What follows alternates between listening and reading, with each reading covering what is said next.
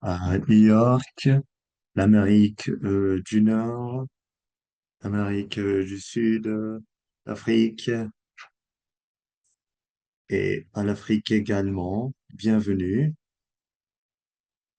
Bonjour et bonne nuit pour tous ceux qui nous rejoignent aujourd'hui de toutes les parties du monde. Je suis Yael Eli et je suis la fondatrice du Centre international pour l'héritage de trauma multigénérationnel. Merci de rejoindre ce webinaire si important de l'héritage et les réflexions académiques sur la double dette de l'Haïti 1800, de 1825. L'interprétation simultanée est disponible en français et en créole également. Choisissez votre langage préféré pour l'interprétation et faites clic dessus.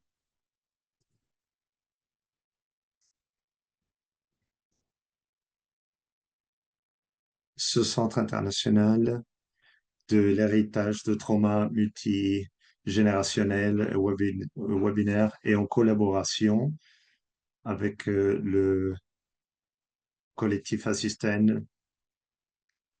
C'est d'une collectif haïtienne NYU, Law School Global Justice, l'Institut pour Institute for Justice and Democracy in Haiti, également le,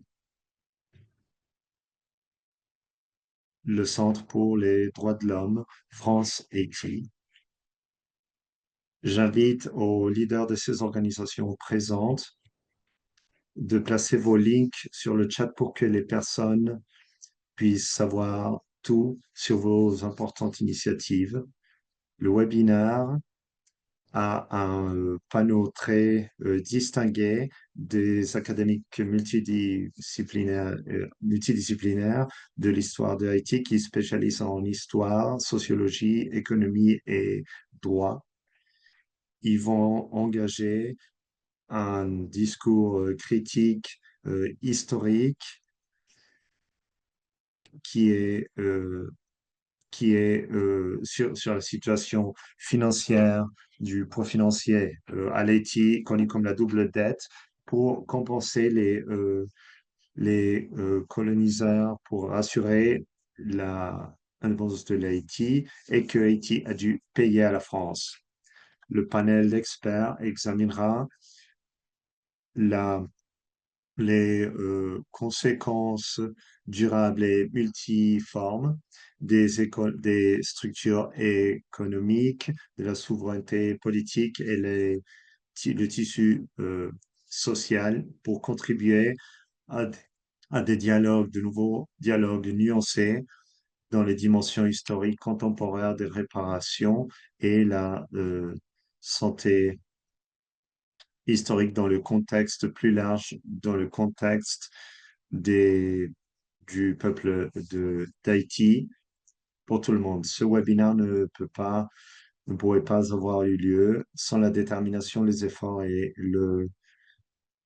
de ICAG, du groupe particulièrement Dr. Marie Lenny.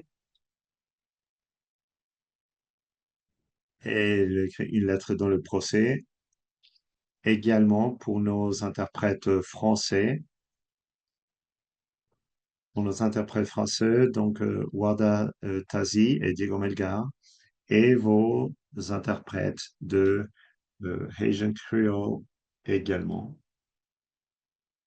Votre modérateur, un psychologiste clinique, victimologiste et un psychohistorien qui ont développé les premiers programmes du Holocauste et des survivants de l'Holocauste et leurs enfants. J'ai dévoué une grande partie de ma carrière pour étudier, traiter et prévenir l'impact multigénérationnel de trauma pour assurer les droits des victimes, les droits des futures générations et pour faire et la justice de réparation. Ma version de psychohistoire et de la concevoir comme vivre l'histoire maintenant, pas comme une liste des événements et des dates du passé, mais comment elle donne forme à nos décisions aujourd'hui. Le premier, le premier invité de notre webinaire d'aujourd'hui, Alex Dupuis, professeur de sociologie éméritus à l'Université de Wesley, Middletown, Connecticut, est reconnu internationalement pour l'histoire d'Haïti. Il a donné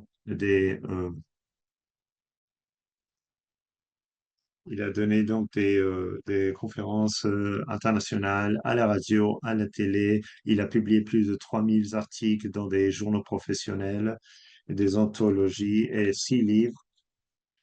Et puis euh, plus récemment, les classes et genre à l'IT. Numéro 2, c'est le professeur Malin Dart, un professeur de français, les études de, des Noirs à l'université d'Haïti. Et plus récemment, il a été auteur de Le dernier roi de l'Haïti sur Christophe. Et dernièrement, l'histoire intellectuelle sur la révolution haïtienne sur sur le livre également de Douglas.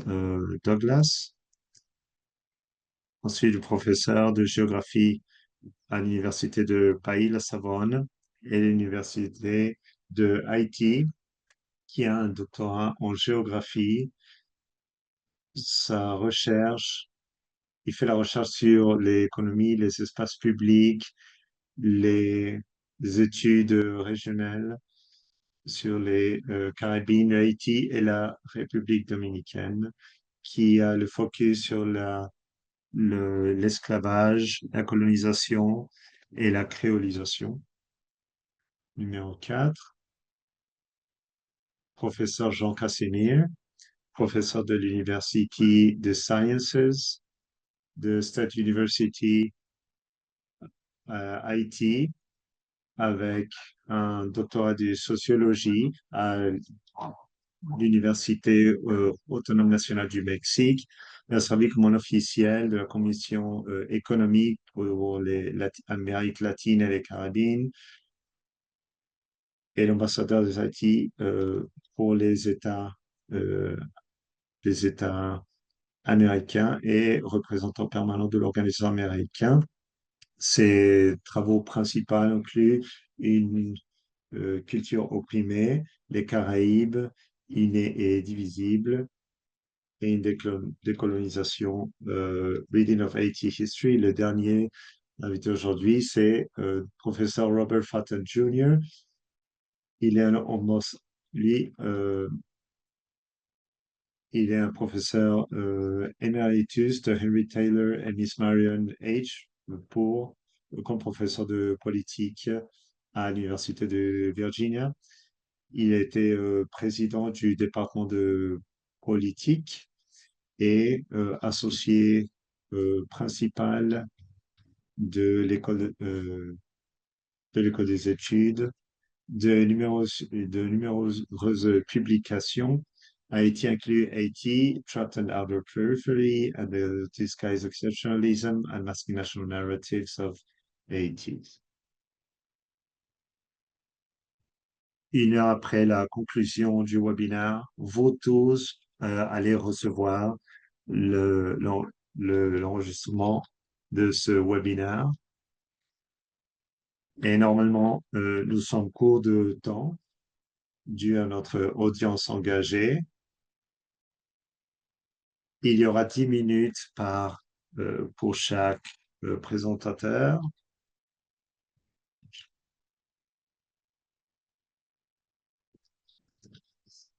Et il y aura un temps pour questions et réponses pour l'audience publique. Je vais inviter pour inviter les panélistes avec leurs derniers mots.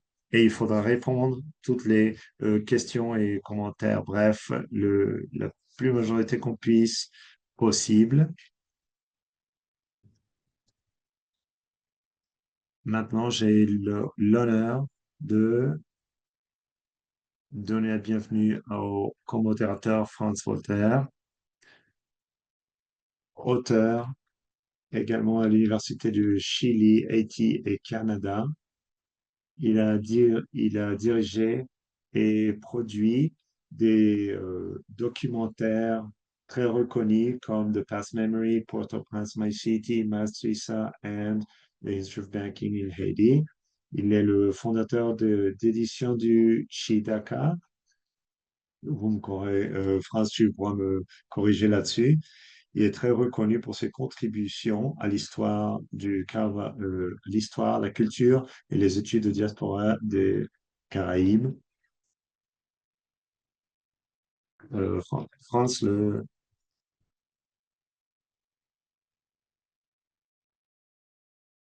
Nous allons commencer par le docteur Dupuis, professeur Mento, Jean Casimir. Chacun a 10 minutes pour son intervention et par la suite, vous aurez une discussion avec le panéliste qui durera 12 minutes. Vous pouvez intervenir comme vous le souhaitez.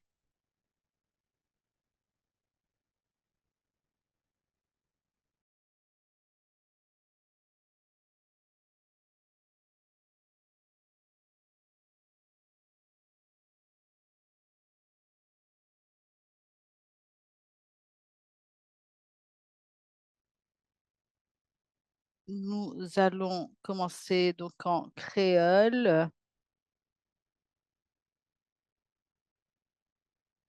À présent, je demande au docteur Dupuis de nous faire sa présentation.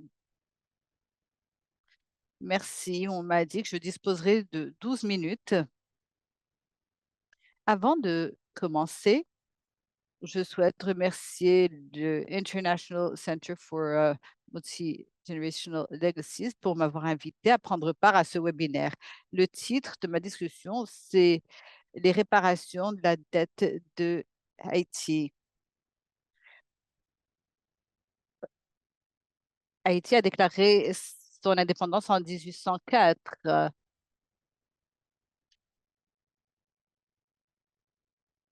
Les plantations ont été récupérées par l'élite émergente, mais ils avaient des difficultés à sécuriser l'emploi des anciens esclaves. Donc, les nouveaux paysans pouvaient facilement aller squatter d'autres terres. Et donc, c'était le contexte en 1814 quand la France a essayé de reprendre sa colonie perdue, pensant que Haïti était encore divisé en trois, comme ça l'a été le cas entre 1810 et 1812. Ils ont envoyé trois émissaires pour convaincre les autres. Mais il y avait donc uniquement deux personnes qui l'ont rencontré. Il a dit clairement à l'émissaire qu'il n'allait jamais se soumettre à la France. Il était prêt à payer une indemnité pour compenser les anciens propriétaires de colonies en échange de l'indépendance. Jean-Pierre Broyer a succédé en 1818 et a réuni l'ensemble du pays en 1820.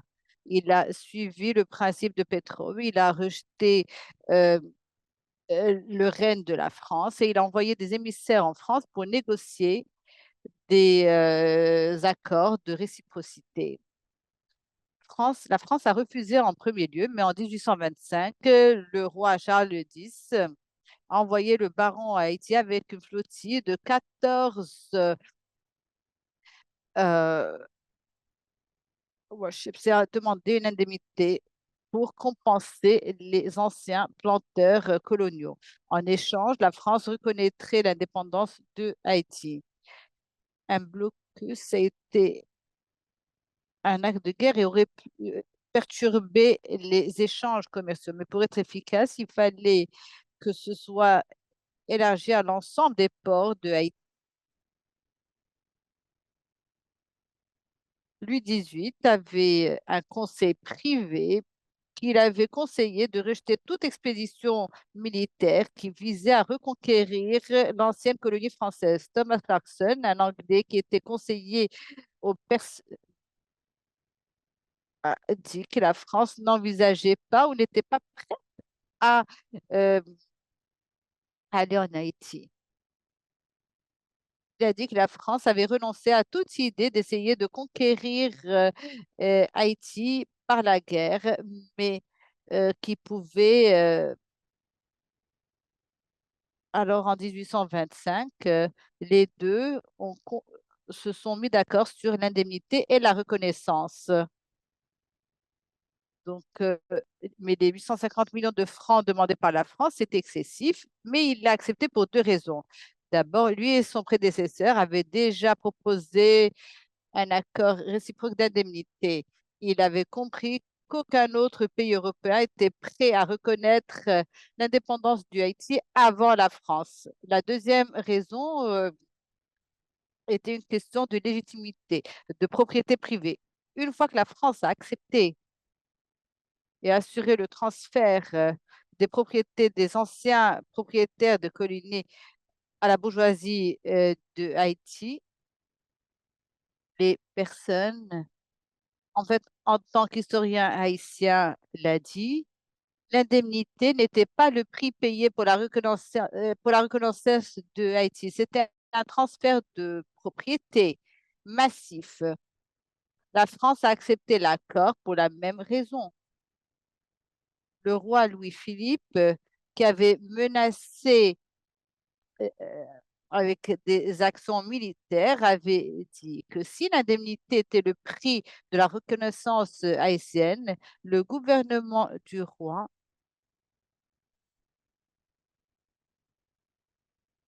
aurait pu abandonner la chose, mais cela a été accepté pour le respect de la propriété privée.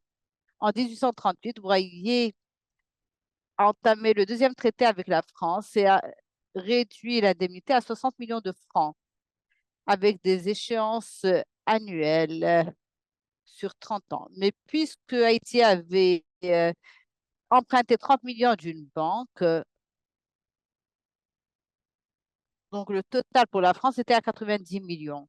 Haïti a tout remboursé, a tout payé en 1893 et pas dans les années 1940. La France a joué un rôle plus important à cause d'indemnités depuis 1804. Des gouvernements successifs ont essayé de recréer les grandes plantations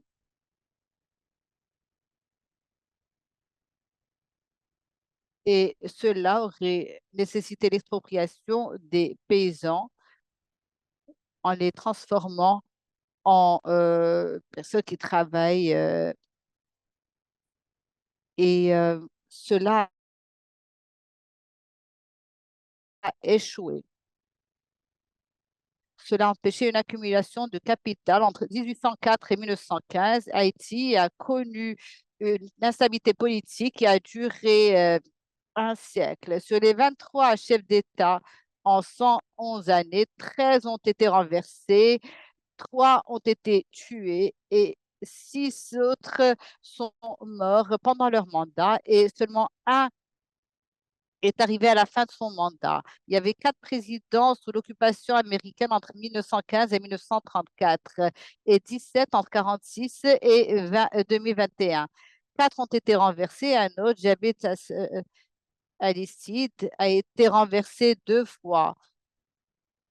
Le Premier ministre Ariel Henry a assumé les rênes et a été obligé de démissionné en février 2024. Depuis, le gouvernement a été sous le contrôle de conseils provinciaux. Et depuis les années 1970, les politiques de la Banque mondiale et du FMI ont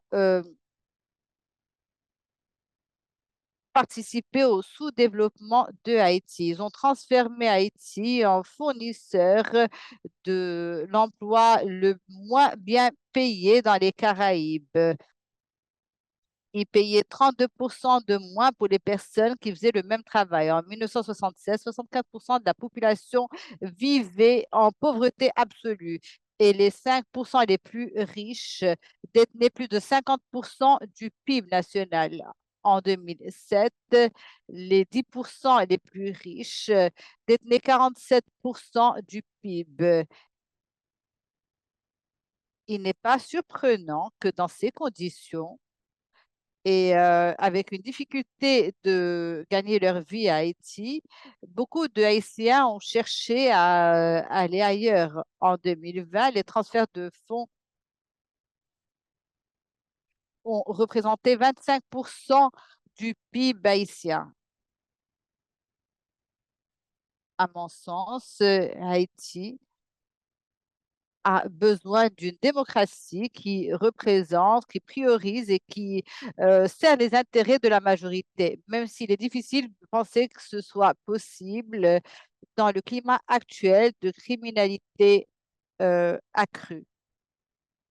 Merci, docteur Dupuis. Et maintenant,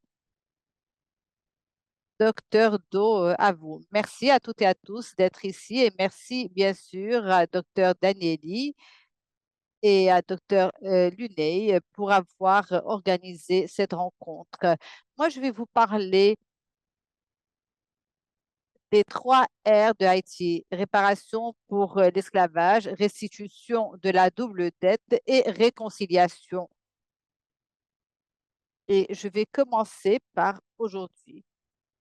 Le 17 avril 2025, l'anniversaire du bicentennial de l'ordonnance, et le président français Emmanuel Macron a brisé le silence. Rappelez-vous, lorsque le New York Times a essayé de le contacter, il n'a pas répondu. Quand le ABC a essayé de commenter, ils ont dit pas de commentaire. Mais il y a eu un communiqué officiel ce jour-là où le président français a reconnu le fardeau financier que son pays a imposé sur Haïti. Il a annoncé une commission franco-haïtienne pour examiner le passé commun et mettre la lumière sur ces dimensions. Mais il n'a pas abordé la question de remboursement ou de réparation. L'Assemblée nationale française l'a fait récemment dans une résolution surprenante du 5 juin 2025. L'Assemblée nationale a appelé au gouvernement d'envisager les demandes de remboursement et d'étudier le processus de repaiement de la double dette imposée à Haïti. Alors que Macron doit encore répondre, ce n'est pas le moment de le faire. Il faut comprendre le cas d'Haïti par rapport aux 3 R et donc il faut prêter attention aux circonstances qui ont précédé l'indemnité. Même si Macron, dans son circulaire, a blâmé les derniers rois de la France, l'histoire commence bien avant que Charles X ne soit venu au pouvoir en 1824. Cela commence avant que son frère Louis XVII est arrivé au pouvoir en 1815 et en 1814 de Restauration Bourbon. L'histoire commence en 1492, puisque le projet de colonisation et d'esclavage dans l'île était un génocide, comme nous l'a rappelé le professeur Jean Casimir dans son documentaire. Ce n'est pas une question de Leclerc ou de Napoléon qui ont fait des génocides. Et donc, je pense qu'on a trop mis l'accent sur les circonstances de 1825 de cette année, pas suffisamment sur les années, les décennies et les siècles avant. Et donc, je vais commencer par les 2 décennies de l'indépendance haïtienne. Je vais parler des menaces qu'ont connues les Haïtiens. Si vous voyez les archives nationaux français ou des Jamaïques, vous trouverez beaucoup de manuscrits des deux premières décennies du 19e siècle qui prouvaient que la France essayait de reprendre l'île et de remettre en place l'esclavage après l'émission de la Déclaration de l'indépendance sous Napoléon. Son successeur Louis XVI et son successeur Charles X ont proposé d'exterminer la majorité de la population haïtienne si leur leader refusait de se soumettre à la suprématie française. C'est une citation. Et donc, cela a menacé un Haïti indépendant et tous ses leaders, Dessalines, Christophe et Pétillon, donc président et roi de la République. Le président Jean-Pierre Boyer a signé l'accord d'indemnité en 1825 et la France envisageait depuis 2 décennies de remettre sur la table l'esclavage. Et donc, il y a donc, ça n'aurait pas été une abstraction à l'exploitation financière. Bien sûr, les Haïtiens ont eu leur indépendance en 1804. Tous les étudiants de l'histoire haïtienne le savent, mais la France n'a pas reconnu la nouvelle nation et continué à dire que Saint-Domingue était leur colonie. Ils n'ont jamais arrêté de reprendre. André Périeux a dressé un plan détaillé pour la reconquête par Napoléon, qui était empereur. Il a dit que si nous écoutons uniquement les vengeances, il faut détruire tous ceux à Saint-Domingue qui ont plus de 8 ans. Même si beaucoup en France auraient aimé voir cette extermination, il a dit que seuls ceux qui osent se battre seraient détruits.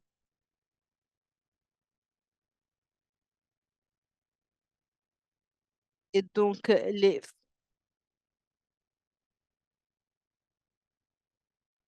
un ancien Général général français français, Kersau, a qui été était à installé à l'expédition et qui Saint-Domingue était pendant l'expédition originellement de Leclerc et qui est à resté l'ouest, à sur l'est l'île, a de l'île. Et envoyé des aussi, il plans de dit reconquête détaillés qu'il à envoyait des Napoléon. Comme ses plans de prédécesseurs, reconquête à il a Napoléon et parlé de la quand nécessité ses d'exterminer prédécesseurs, quasiment la il faudrait totalité de la exterminer population, y ces compris les populations, y enfants. inclut Il les a enfants. Il a proposé aussi d'assassiner proposé Dessalines. Il a d'assassiner dit Yassamine. Il n'y a pas qu'aucune des conciliation avec les concessions qu'il peut y nègres avoir pour devait les être faite. Négros. Il voulait être Et libre, pour les il a Français, la dit. sécurité Et des Indiens de cela a l'Est, été de l'Ouest, frustrant pour l'humanité. cela ne peut pas être permis et cela va permettre pour qu'un homme habite en paix, entouré de des centaines des esclaves n'est pas possible. Il avait déjà trouvé l'indépendance. André Rigaud et Napoléon lui a sorti de la prison, lui a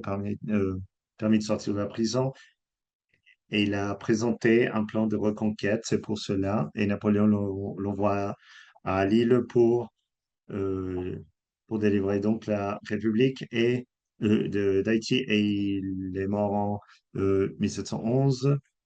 Ainsi, Napoléon était très en accord avec ses guerres.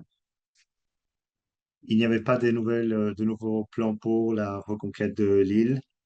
Et le ministre français de la Marine, il envoyait ses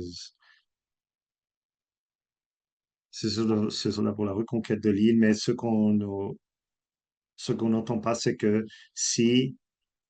les habitants de l'Haïti, par Christophe, étaient, euh, étaient traités comme des sauvages et ils disent des négro-singes. Il n'y a dans aucun terme où la population de l'Haïti doit être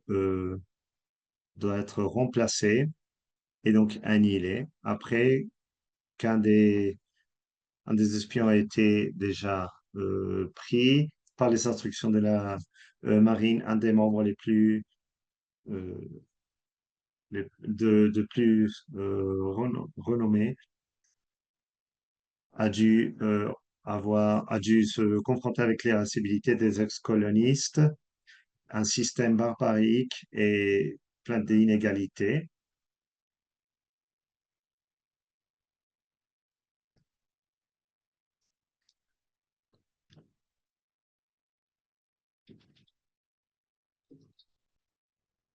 Ils n'ont pas arrêté, ils n'ont pas arrêté de nombrer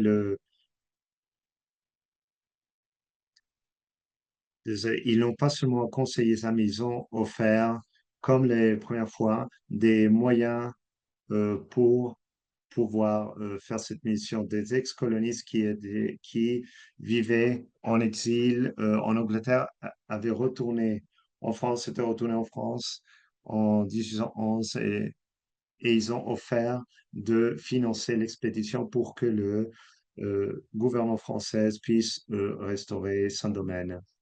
Tout d'abord, ils ont envoyé des espions, ensuite des commissionnés, tous des ex-colonistes pour nous insulter et nous offrir l'option entre l'esclavitude et la mort.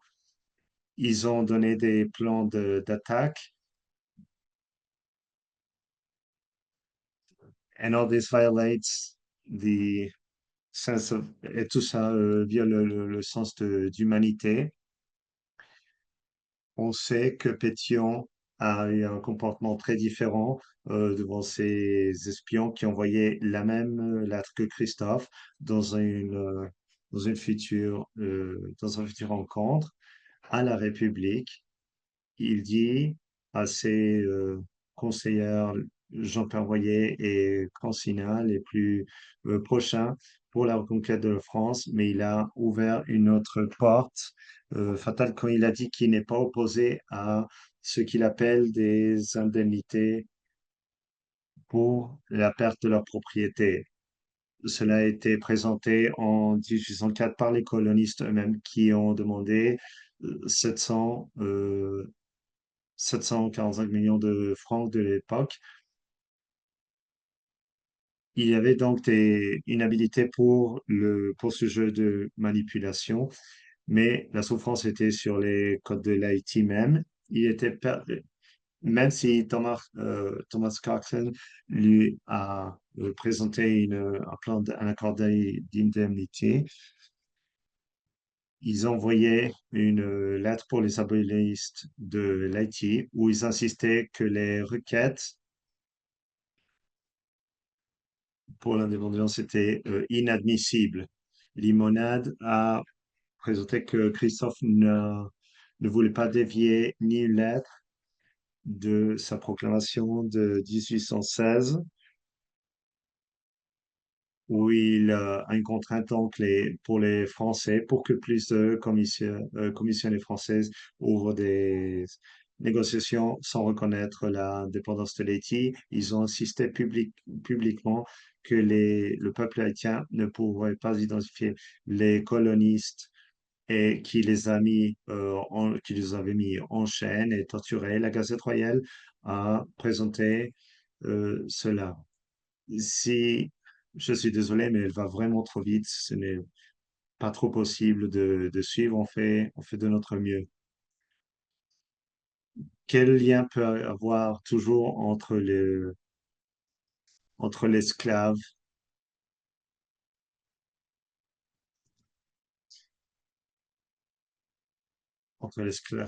et le propriétaire? Ils écrivent que c'est la reconnaissance de notre indépendance qui nous protège de la tyrannie de nos oppresseurs. Sans cela, il n'y a pas d'accord. Nous voulons être libres et indépendants et nous le serons euh, désormais. Désormais les pointes des baïonnettes. Éventuellement, éventuellement, ils ont vu cela différemment, donc, mais en septembre 1874, il y a il y a des circulaires empruntés au télégraphe de dire qui disaient aux Français de se préparer pour la guerre et d'annuler les ententes antérieures pour avoir des négociations. Et il y a eu trop de menaces de la part de Boyer qui ont été firmées. Et si Boyer personnellement croyait que la France était en fait capable d'amener de la guerre et bloquer tous les ports et reprendre l'île, il faut pas oublier que les Haïtiens du XXe siècle sont ceux qui ont dû vivre les conséquences de cela. Beaucoup de public et beaucoup ont dit que c'est les personnes ceux qui les ont mis en état d'esclavitude étaient donc maintenant libres d'eux. Il y a eu un accord qui donnait de l'espoir, où il y a eu de la paix de 25 ans comme résultat de l'accord avec Charles X, était maintenant libre des appréhensions d'une nouvelle guerre avec la métropole antérieure qui avait préoccupé la mentalité du public. Les personnes, le peuple a peur, les peuples ne veulent pas aller à la guerre, ils en ont marre de la violence et cette reconnaissance au niveau mondial de l'humanité, la justice. Les États-Unis n'ont pas reconnu l'indépendance de l'Haïti jusqu'à 1962, quand la guerre civile avait déjà commencé. Donc, pour moi, ça c'est la base pour le repaiement, restitution et réconciliation pour la colonisation et l'impôt de liberté de racisme, de publisher le peuple haïtien euh, pour les dégager, exilier de la ville. Et les conséquences sont euh, également entières. Et je dirais qu'il leur doit largement plus en compensation pour le dû euh, aux douleurs, à la souffrance.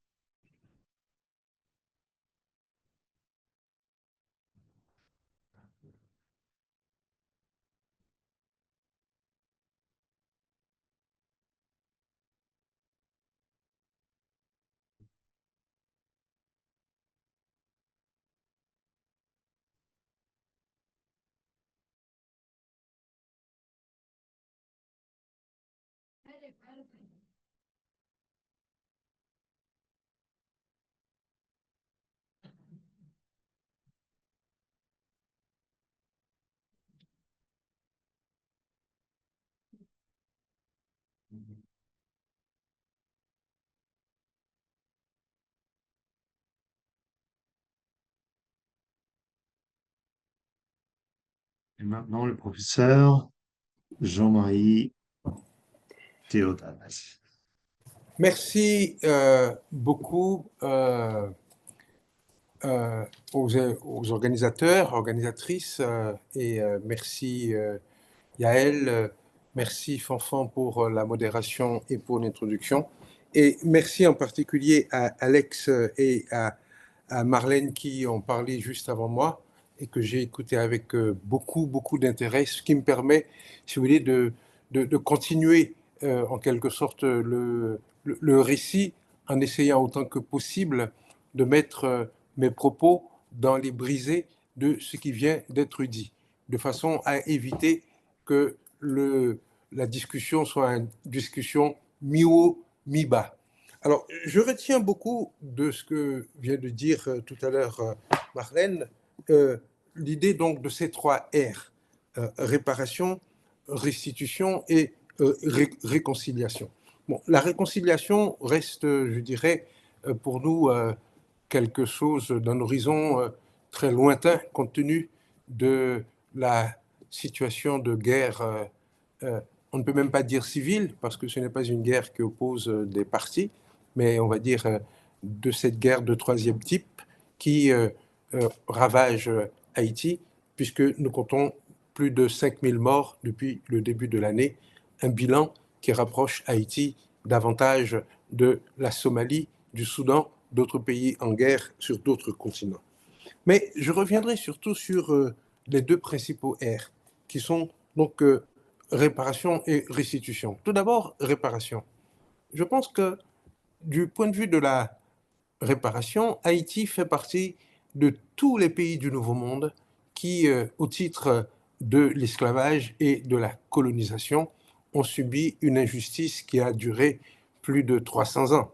Et à certains égards, on pourrait se demander si ça ne continue pas, puisque la néocolonisation qu'a subie Haïti est la preuve même qu'il ne suffit pas de proclamer son indépendance pour être tiré d'affaire dans une relation asymétrique avec une ancienne métropole.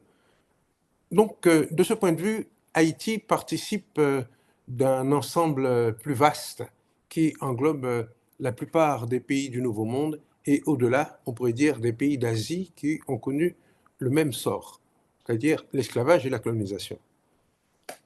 Mais je voudrais, moi, insister sur le troisième R, la restitution. En ce sens, pour dire que Haïti est un cas unique. Il n'existe pas d'autres pays dans le monde, d'autres pays dans l'histoire, qui ont dû payer 2 fois leur indépendance. D'abord avec le sang versé des martyrs sur le champ de bataille, puis dans un deuxième temps par la reconnaissance de l'ancienne métropole contre espèces sonnantes et trébuchantes. Alors c'est sur ce troisième R, donc sur la restitution, que je voudrais insister aujourd'hui pour essayer d'en montrer à la fois, je dirais, la justesse et la justice. La justesse, tout d'abord, pour dire qu'il y a quand même un paradoxe de voir le vainqueur de 1803 devoir payer une rançon aux vaincus de Vertières, alors que Haïti est censé être en position de force. En position de force sur le terrain, en position de force également sur le plan moral, pourrait-on dire, surtout rétrospectivement, lorsque nous considérons que il y a quand même quelque chose de choquant à ce que ce soit les descendants d'esclaves qui versent une indemnisation pour dédommager leurs anciens propriétaires, leurs anciens bourreaux. Mais nous n'allons pas insister sur l'anachronisme d'une telle considération, mais disons que lorsque, en 1825, Haïti accepte de payer cette indemnité, entre guillemets, mais je préfère parler de rançon de l'indépendance à la France, c'est le résultat de ce que j'appelle une géopolitique des faibles. Haïti et la France sont dans une position de faiblesse et c'est cette double faiblesse qui explique le paradoxe du versement d'une rançon du vainqueur au vaincu. Alors, d'abord, traitons de la faiblesse française. Je voudrais dire ici, citer les vers d'un poète, enfin ce ne sont pas des vers, ce sont des considérations critiques du poète romancier nigérien Wole Soyinka à propos de la négritude à laquelle il a toujours refusé de payer son tribut. Alors, Wole Soyinka a dit, il a dit, le tigre ne chante pas sa tigritude, le tigre sing sa proie. En d'autres termes, j'en tire la conclusion que si excusez-moi, j'ai la traduction qui me revient en même temps, c'est un peu gênant.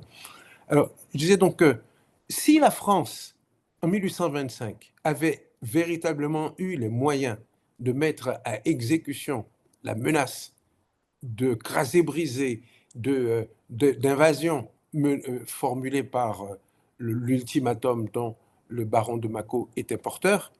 Donc, je répète, si la France avait eu les moyens de mettre à exécution cette menace, il n'y aurait même pas eu d'ultimatum.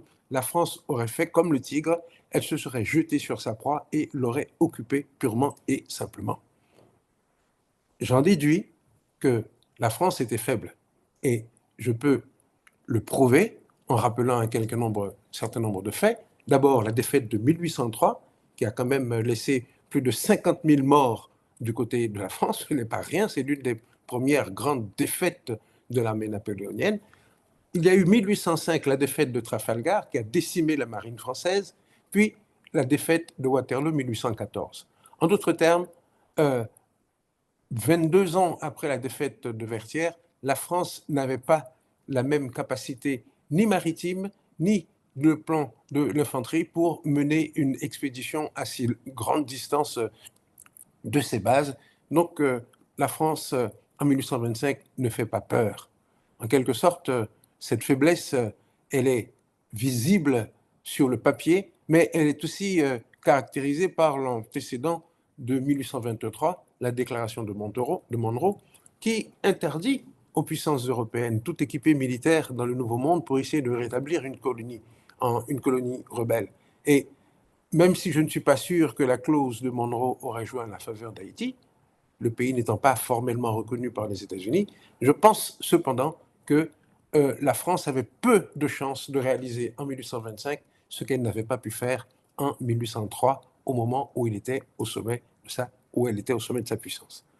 Mais Haïti aussi était faible symétriquement. Une faiblesse non pas stratégique, parce que avec une population de près de 700 000 habitants, qui a pratiquement doublé par rapport à 1804, et avec surtout des paysans qui sont armés, qui sont déterminés à défendre leur indépendance, Haïti avait sur le terrain une position de force.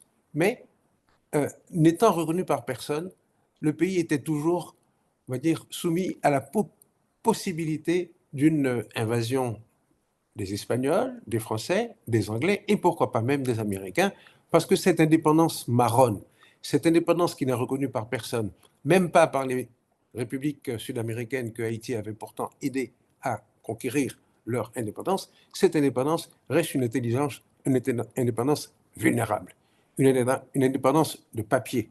Il fallait donc couler dans le bronze cette proclamation d'indépendance, et c'est pour cela que lorsqu'en 1825, vous voyez, après beaucoup de négociations, parfois très houleuses, accepte de signer l'ordonnance de Charles X en 1825, en juillet 1825, vous voyez, a l'impression, le sentiment de réaliser ce que Dessalines, Pétion, Christophe et Toussaint Louverture n'avaient pas réussi, c'est-à-dire obtenir la reconnaissance formelle de l'indépendance d'Haïti par l'ancienne puissance coloniale. Aujourd'hui, cela nous paraît quelque chose de facile, quelque chose d'acquis, mais c'est un acte solennel qu'il ne faut pas prendre à la légère. Et c'est pour cela que j'ai tendance à penser, avec les Haïtiens de l'époque, que notre indépendance n'avait pas de prix et que nous étions prêts à nous signer aux quatre veines pour pouvoir couler dans le bronze cette liberté, parce que ce n'était pas seulement au nom des nôtres que cette indépendance était conquise, mais au nom de toute l'afrodescendance, au nom de tous les peuples noirs, au nom de tous les peuples soumis à l'infamie de l'esclavage et de la colonisation. Et c'est pour cela que c'est un moment solennel dans toute l'histoire de l'humanité et qu'il importe donc de reconnaître en tant que tel. Alors aujourd'hui, que faire? Je sais que le temps qui m'est imparti est court. Je voudrais terminer pour poser la question de savoir que faire de cette rançon, que faire de ce passé qui refuse justement de passer. L'année 2025 a été une année riche en événements, avec, Marlène le rappelait tout à l'heure, tout d'abord en avril, la déclaration de la Fondation pour la mémoire de l'esclavage qui condamne le silence français sur cette question-là, suivi en avril 2025 donc, de la déclaration d'Emmanuel Macron, qui reconnaît une injustice faite à la France. Le 5 juin, c'est l'Assemblée nationale française qui adopte une résolution par 56 voix contre 59 qui enjoint le gouvernement français de prendre des mesures pour redresser une injustice historique. Et enfin, vous avez cette création de commission mixte haïtiano-française pour essayer de réfléchir sur la question. Tout cela pour dire que en 2025, nous avons en quelque sorte franchi le Rubicon. Nous sommes sortis du silence, nous sommes sortis du déni. Les deux États acceptent enfin de se parler et le fait de mettre en chantier une commission pour la constitution d'un narratif commun est pour moi un bon pas dans le bon sens, mais il est évident que ça ne va pas aller très vite parce que d'une résolution à un projet de loi et à une loi, par exemple, de restitution de la France à Haïti, il y a extrêmement loin. Il y a beaucoup de travers, il y a beaucoup de choses-trappes, beaucoup de pièges. Et ce que je peux dire en conclusion, c'est que vu la faiblesse euh, du gouvernement actuel aujourd'hui, vu le manque de légitimité à la fois du Premier ministre, mais du président, etc., et vu l'état des finances de la France, je pense que le moment est extrêmement, comment dire, difficile, aussi bien pour la France que pour Haïti, d'entamer un débat sur, je dirais, les conditions financières d'une telle restitution. Mais c'est ici qu'il est important de remarquer que l'histoire n'attend pas. Les événements nous pètent au visage comme des grenades dégoupillées de façon totalement aléatoire. Et le grand défi qui se pose justement aux politiciens français et haïtiens aujourd'hui, c'est de devoir naviguer en eau trouble, c'est-à-dire de parler argent au moment où, d'un côté, Haïti ne semble pas avoir de voix légitime pour parler à sa place, et où, de l'autre, la France n'a pas de voix légitime non plus pour prendre une décision très importante. Là encore, j'ai envie de dire que par un effet de miroir qui traverse 200 ans d'histoire, la géopolitique des faibles qui était valide en 1825 semble se répéter aujourd'hui avec deux États également affaiblis 200 ans plus tard. Je vous remercie.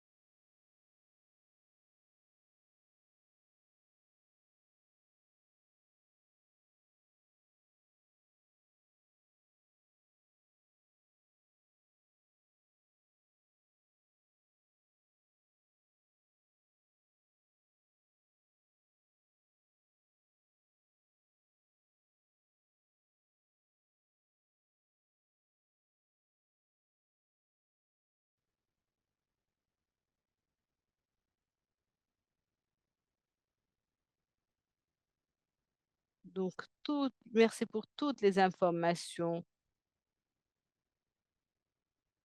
Cela m'a donné de l'humilité, de la modestie. Merci beaucoup.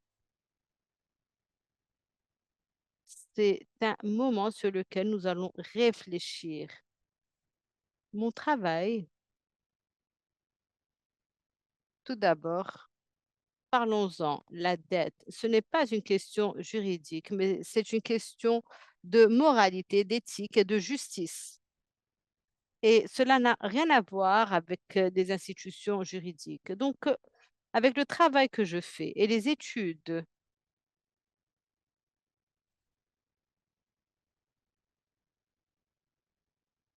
il faut voir le contexte dans lequel nous vivons actuellement à Haïti avec la dette et il faut voir le contexte actuel également.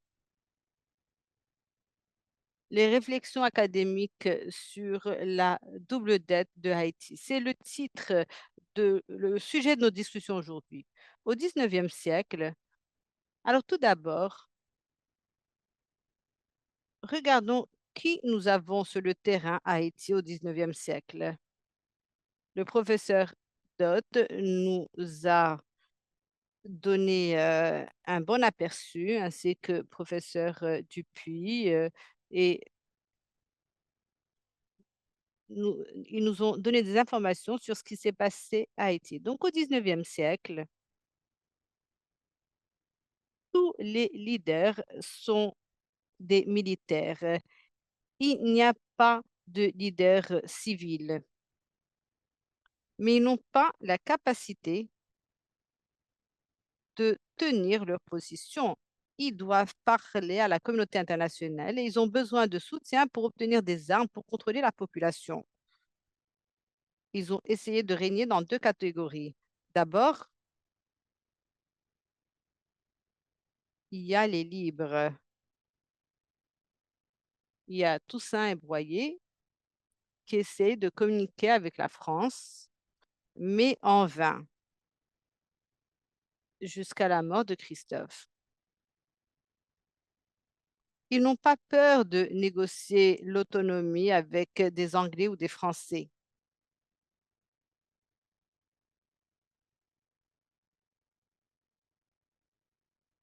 Ces leaders, qui sont des hommes libres,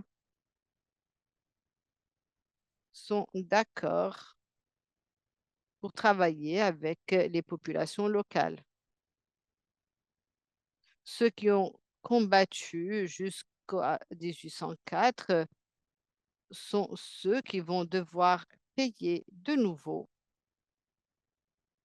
afin de retourner à la communauté internationale en 1825. Quand les bourgeois essaient de parler français, ils appellent les paysans, donc les paysans. Mais il y a deux principaux acteurs à Haïti, puisque ce sont les agriculteurs qui mettent la nourriture sur la table, ce sont eux qui gèrent leurs zones et ils ne se mélangent pas à la politique, tant que la politique n'interfère pas avec leur mode de vie. Mais malgré toutes ces limites,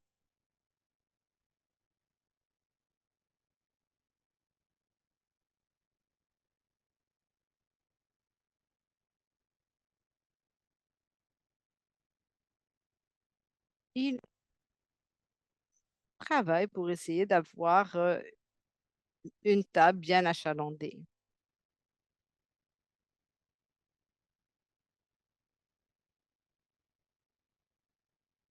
Malgré tout ce dont parlent les personnes dans les villes, ce sont les paysans qui sont responsables des richesses du pays.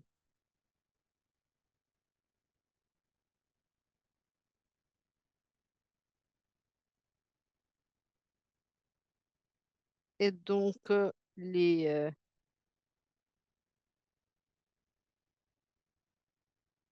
les ont obligés à se calmer jusqu'en 1818.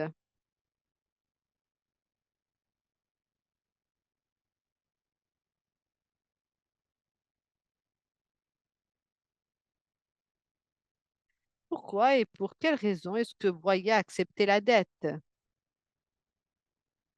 Il y a beaucoup de connaissances et j'ai digéré tout ce que j'ai entendu et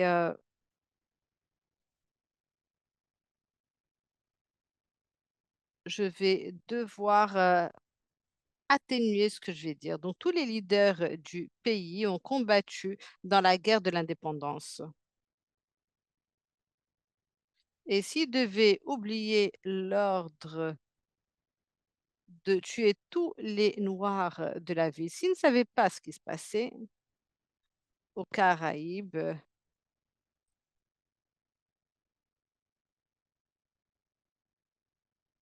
s'ils devaient fermer les yeux et ne pas voir ce qui se passait, et l'assistant de Christophe leur a rappelé ce qui se passerait lorsque les Anglais voulaient négocier une permission pour continuer à apporter, à ramener les Noirs dans le pays pour repeupler le pays.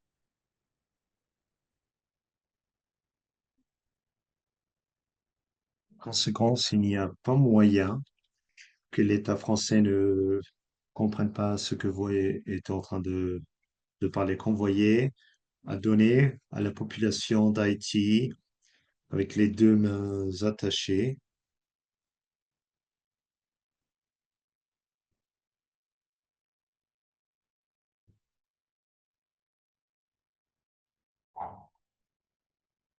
when- quand j'ai vu le peuple d'Haïti,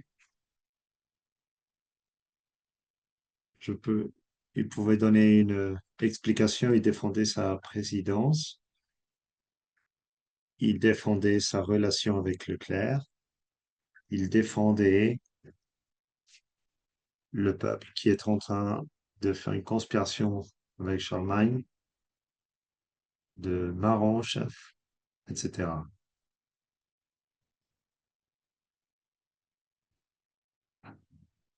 Ceux-ci sont les personnes qui ont offert d'acheter Saint-Domingue, de la même manière que les États-Unis ont acheté le Louisiana,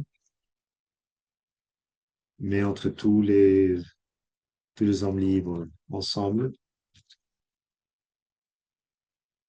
l'État n'avait plus de capacité de négocier, aucune autonomie. Donc, à la fin du jour, ils n'ont pas pu en faire en plus, mais au moins à forcer les personnes euh, pour quitter leur ville comme trahison. Ce n'était pas honnête. Ils auraient dû trouver tous les chefs différents à la guerre et, et ils se seraient unis et pour les étaient en dehors du gouvernement 20 ans après la signature de l'accord. Un an après l'accord, il y a quelque chose qu'il a fait qui est resté avec lui. Il a fait quelque chose contre-foi, puisqu'ils étaient prêts pour lui également. Ils ont arrêté de travail. Ils ont arrêté de travail pour tous les agriculteurs, mais ils n'avaient pas de moyens de forcer les autres travailleurs ou le peuple pour travailler à l'agriculture, puisque l'économie de laitier était largement appuyée sur le café. Cela a une grande affectation à l'économie également. Ils étaient en train de défendre les intérêts des personnes qui habitaient à la ville, ceux qui travaillaient à la bureaucratie, les bureaucrates et pour contrôler la population. Quand je lis sur la connaissance de Gracchus Saint-Louis, je me rends compte que en 1822, pendant qu'on luttait contre un système exclusiviste qui contrôle l'économie des pauvres, le même système qui a créé la crise nationale. Mais,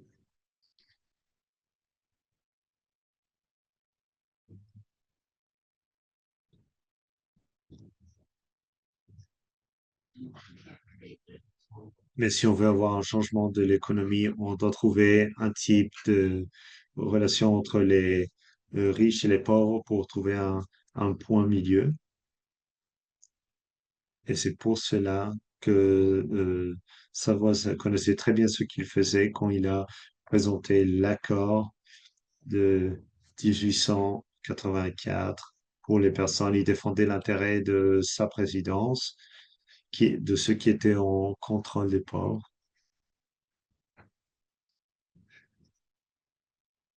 Donc, dans ce chemin, il y avait d'autres blancs riches qui faisaient beaucoup d'argent et ils prenaient de l'argent qui n'était pas à eux. Personne n'avait suffisamment d'argent pour lutter contre le gouvernement.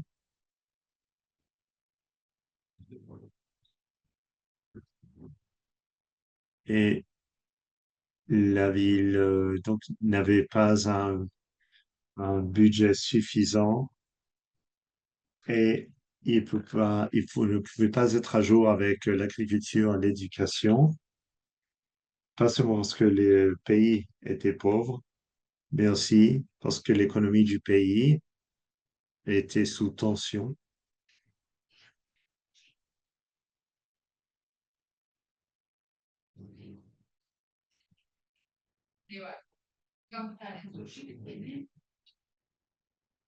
Il y avait donc le problème qu'il n'y avait personne pour rapporter la façon dont ils utilisaient leur argent qui allait pour leur poche, et il n'y avait pas façon de rapporter cela.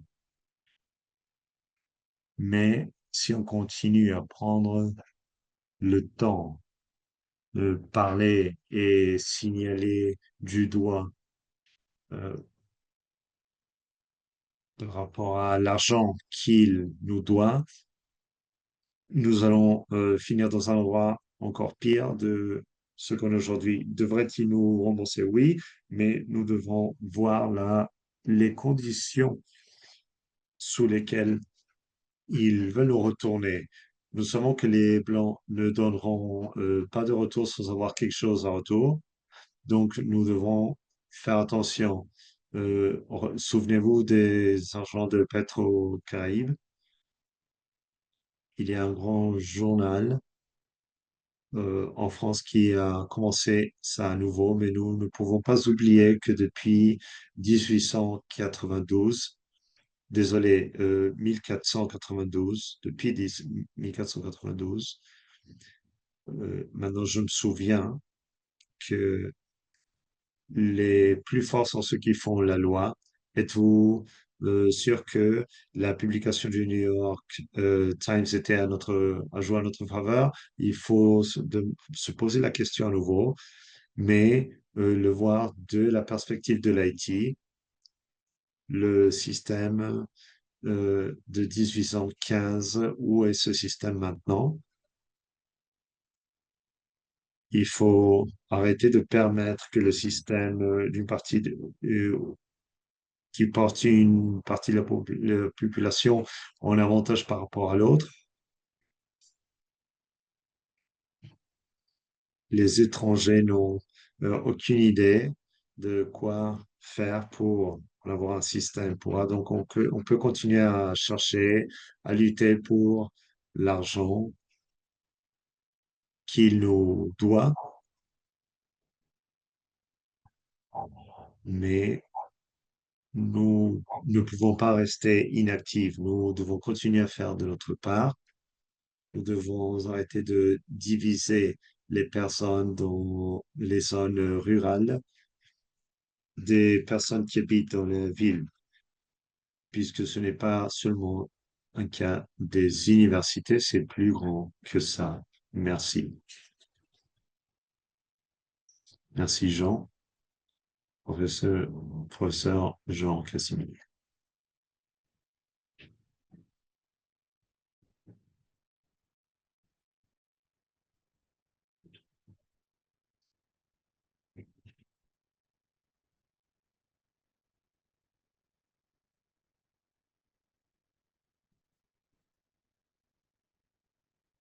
Thank you. Jean,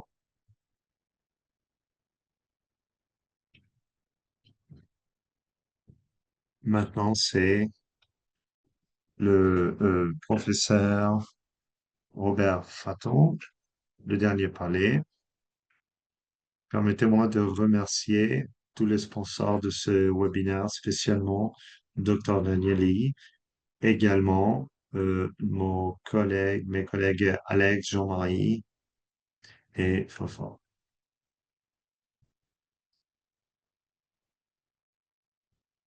L'échec historique de l'État d'Haïti résulte à la fois des forces internes et externes. Sur le plan interne, une élite prédatrice a créé des profondes divisions de classe et politiques du tout à rien.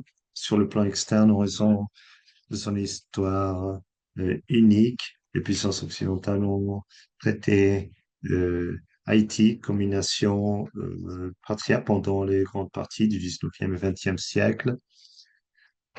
Soumise à des menaces militaires et des sanctions, Haïti a été reléguée à la périphérie de l'économie mondiale, disposant d'une marge de manœuvre réduite.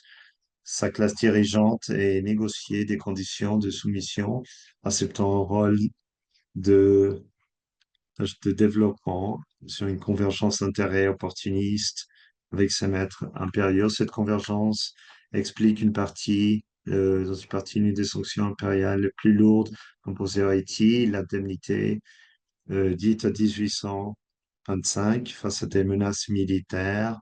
Le président Jean-Pierre Boyer accepta payer 150 millions de francs pour obtenir la reconnaissance de l'indépendance. Cette décision reflète à la fois la crainte de la puissance française et les intérêts de la classe qui représentant. Boyer et ses pairs recherchent à obtenir ces reconnaissances afin de sécuriser les terres qu'ils avaient saisies aux planteurs coloniaux de 1804, le paiement de l'indemnité qui garantissant leurs droits de propriété. Les dirigeants haïtiens défendaient donc leurs propres intérêts, les classes lorsqu'ils se payaient aux exigences françaises. Si les Français réduisent l'indemnité de 60 millions de francs en 1838, lorsqu'Haïti effectua son dernier paiement, le gouvernement français de 1883, il avait versé plus de 90 millions de francs en réparation à ses anciens maîtres coloniaux. De plus, pour financer ces paiements, il emprunta 166 millions de francs supplémentaires entre 75 et 1875 et 1910. L'indemnité a condamné Haïti à une dépendance destructrice et toxique vis-à-vis des grandes puissances et de leurs institutions bancaires. Elle a aggravé l'exploitation des paysans et privé le pays des investissements nécessaires. L'Athènes n'était toutefois pas la cause profonde du sous-développement d'Haïti. Les divisions profondes entre les classes, couleurs et sexes étaient antérieures à la dette et à son puissance sans relâche depuis l'indépendance. Depuis 2 siècles, les factions rivales de la dominante haïtienne pratiquent une politique tout ou rien, une lutte féroce et souvent violente pour la conquête du pouvoir éthique. L'État a toujours été le moyen traditionnel par lequel les petites élites s'enrichissaient et consolidaient leur pouvoir. Dans le contexte de la dette française, le français pour protéger la dette et la compréhension de classe de la dette inclut que ceux en pouvoir généraient des pouvoirs de système impérial qui a limité ses options. Veut-il cela dire que la France doit maintenant des milliers de dollars en restitution, puisque les Français eux-mêmes ont reconnu ces crimes contre l'humanité, mais rien n'indique qu'ils offriront une compensation financière pour leur tort passé. De même, à la 2004, le ministère français des Affaires étrangères récit Debray,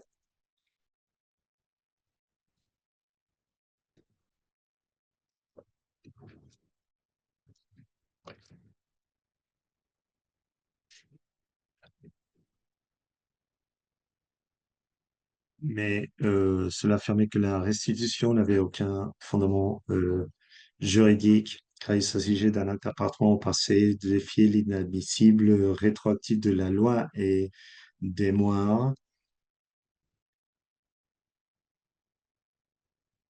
et peu de choses semblent avoir changé depuis lors, et le mieux qu'on puisse espérer est un devoir de mémoire, reconnaissance des crimes anciens et la transmission de générations futures de souvenirs des victimes et des crimes. Les États-Unis ont condamné le coup d'État, mais la CIA a soutenu l'armée haïtienne. L'administration de Clinton a résolu ses contradictions au rétablissement d'Aristide au pouvoir, mais celui-ci a devenu un président déplumé, qu'on dit qu'il n'avait plus la capacité de faire avancer un projet social transformeur. En acceptant la nécessité de la version américaine, Aristide a sapé ses références réformistes et nationalité, ouvert aux portes à une longue série d'intergences étrangères, y compris son propre exil France en 2004.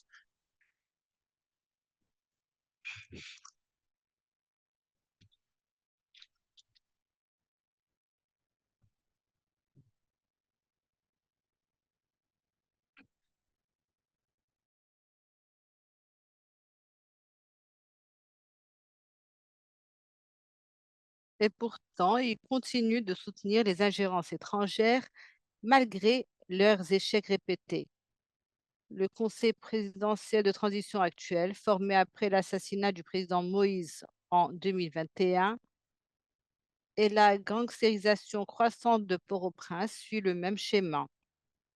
Sous la direction des États-Unis, un groupe très large de partis politiques et d'associations civiques haïtiens a accepté de former le Conseil et a consenti au déploiement d'une mission multinationale de soutien à la sécurité, MSS, dirigée par le Kenya et financée en grande partie par les États-Unis.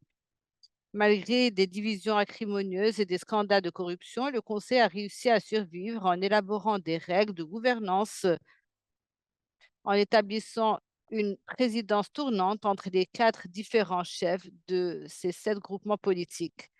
Ces présidences tournantes, d'une durée de 5 mois chacune, prendront fin en février 2026, date à laquelle le Conseil devrait être dissous et céder la place à un gouvernement élu. Les conditions nécessaires à la tenue de ces élections ont peu de chances de se concrétiser, car le Conseil n'a pas réussi à rétablir la sécurité, à organiser une conférence nationale, ni à organiser un référendum sur une constitution révisée. En fait, malgré l'aide de sociétés de sécurité privées, ni le MSS ni les forces haïtiennes ne parviennent à vaincre les hommes armés. Le Conseil espère désormais que le soutien récent de l'administration Trump à sa demande d'une force plus importante soutenue par l'ONU permettra de réprimer les gangs. Ainsi, les membres du Conseil continuent d'inviter des interventions étrangères tout en tenant un discours nationaliste sur la révolution et les réparations. Désespérés face à la brutalité des gangs, à la famine potentielle, à l'insécurité croissante et aux morts, les Haïtiens pourraient accepter de telles interventions, même si l'histoire montre qu'elles ont tendance à aggraver les problèmes du pays. Les enseignements des 40 dernières années nourrissent un sentiment d'appréhension et confirment l'avertissement de Bernard Brodel sur l'immobilité de l'histoire. Haïti est confronté au fardeau de cette immobilité, mais celle-ci n'est pas prédéterminée. Pour briser ce cycle, les Haïtiens devront mettre en place une gouvernance responsable, réduire les inégalités de classe et se libérer de l'ingérence étrangère insidieuse. Ni les interventions étrangères, ni la restitution ne mettront fin à l'instabilité politique, à la violence armée et à l'extrême pauvreté. En fait, l'indemnité de 1825 reflétait à la fois la coercition impériale et la complicité de l'élite, et elle a ancré Haïti dans un système de dépendance pernicieuse qui le hante encore 2 siècles plus tard. Merci. Merci.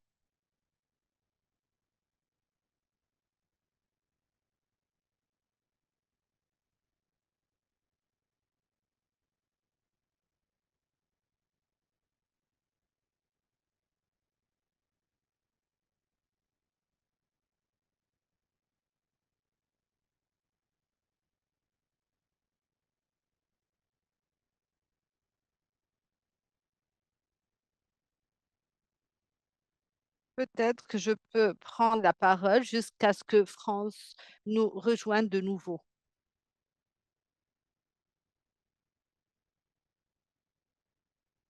Je ne sais pas comment tout le monde se sent. Ah, vous voici, France. Le dialogue est entre vos mains. Bon, vous avez chacun 2 minutes pour faire un commentaire. Je ne sais pas qui interviendra en premier. Je suis sûre que vous avez toutes sortes de réactions aux présentations des uns et des autres. Allez-y, les dames d'abord.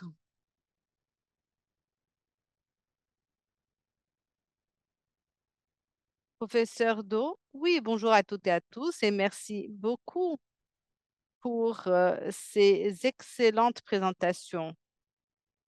Ce que j'aimerais dire, c'est que la situation avec la France est complexe.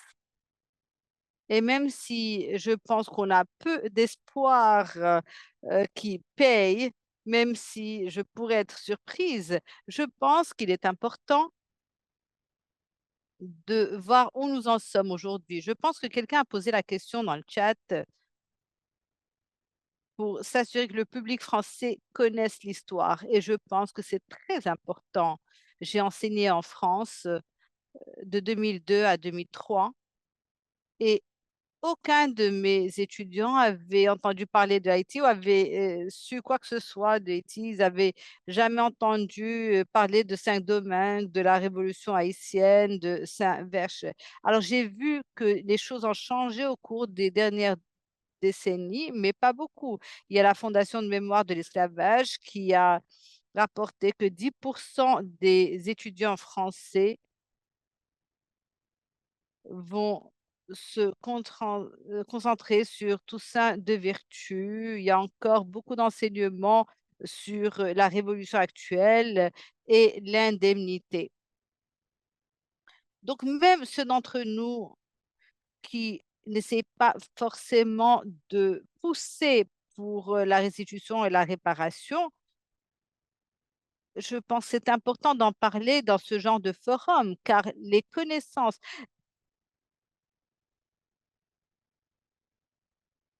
le pouvoir de faire taire est une autre forme de violence.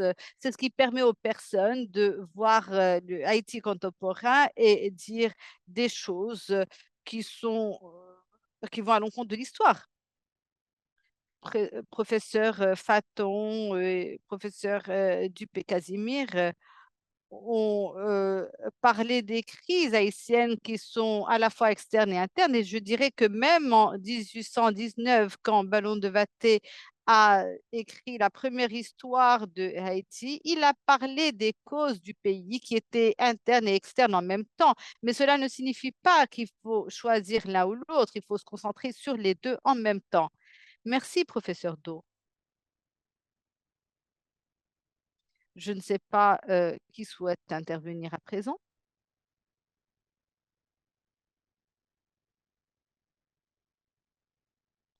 Merci, professeur Do.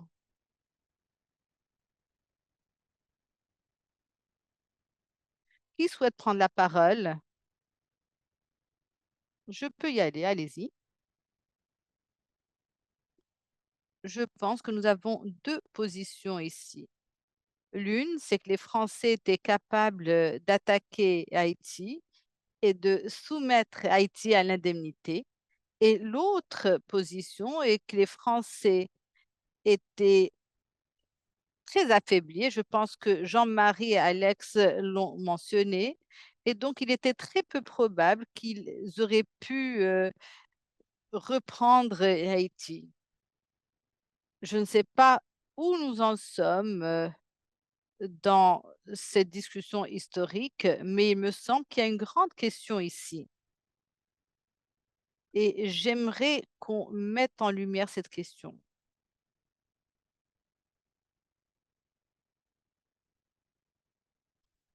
Et professeur, j'aimerais dire que même s'il est intéressant de savoir si la France aurait pu faire quoi que ce soit par rapport à Haïti, lorsqu'on voit ce que la France a fait en Afrique et ce que les Anglais ont fait,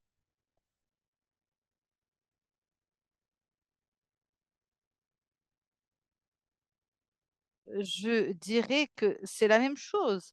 La question n'est pas qui de la communauté internationale va nous attaquer ou pas. La question, c'est qu'est-ce que nous faisons pour y faire face, car aujourd'hui, nous avons un groupe qui fait le travail de la communauté internationale. Donc, peu importe d'où ça vient, L'autre élément que j'aimerais soulever, c'est qu'en vous écoutant, professeur Dott, professeur Dupuis, Marlène, etc., j'ai beaucoup appris. Et il me semble que la question clé, et pour nous qui avons la possibilité de parler de l'extérieur,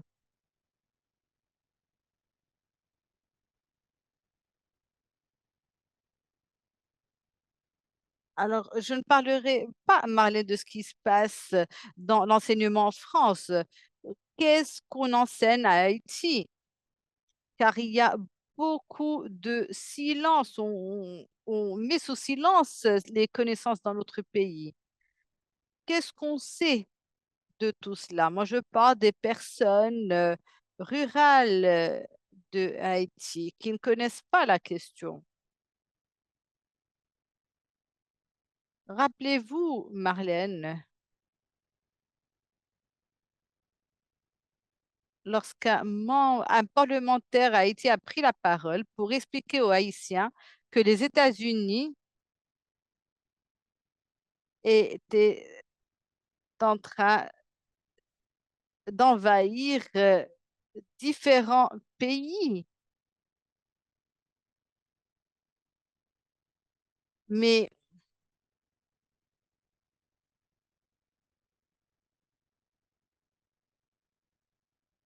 ils ont dit qu'ils allaient se battre s'ils nous envahissent. Je veux dire que s'il y a une coalition internationale qui nous envahit aujourd'hui, nous sommes trop faibles aujourd'hui pour combattre car nous sommes divisés.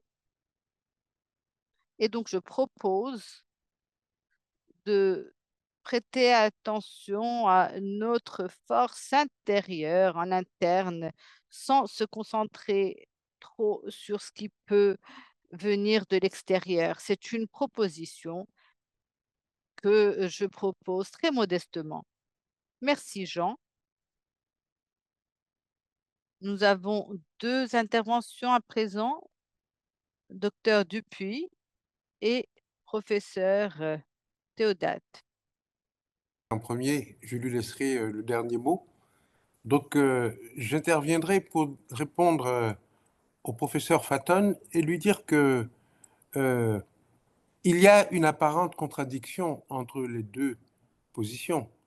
L'une qui consiste à penser que Haïti a cédé sous une menace réelle, euh, l'autre qui consiste à dire que cette menace, il faut la relativiser, et c'est ma position, pour dire que la France n'avait pas les moyens de mettre sa menace à exécution, parce que, et c'est mon argument, si le tigre a pouvoir sur sa proie, son action, c'est de se jeter dessus et de la dévorer, pas de la menacer et de lui laisser une quelconque porte de sortie.